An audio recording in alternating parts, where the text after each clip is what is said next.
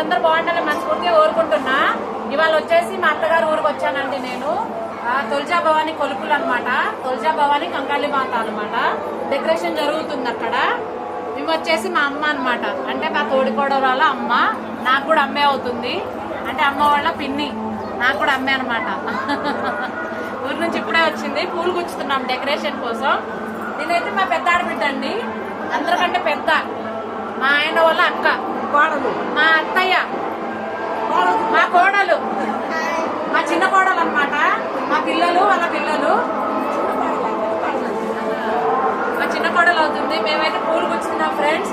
నేనైతే చాలా హ్యాపీగా ఉంది. ఇలా పూలు గుచ్చుతా ఉంటే పల్లెటూరు వాతావరణం ఎలా ఉంటుందంటే నేనైతే చాలా ఎంజాయ్ చేస్తానండి ఊరికి వచ్చినప్పుడల్లా.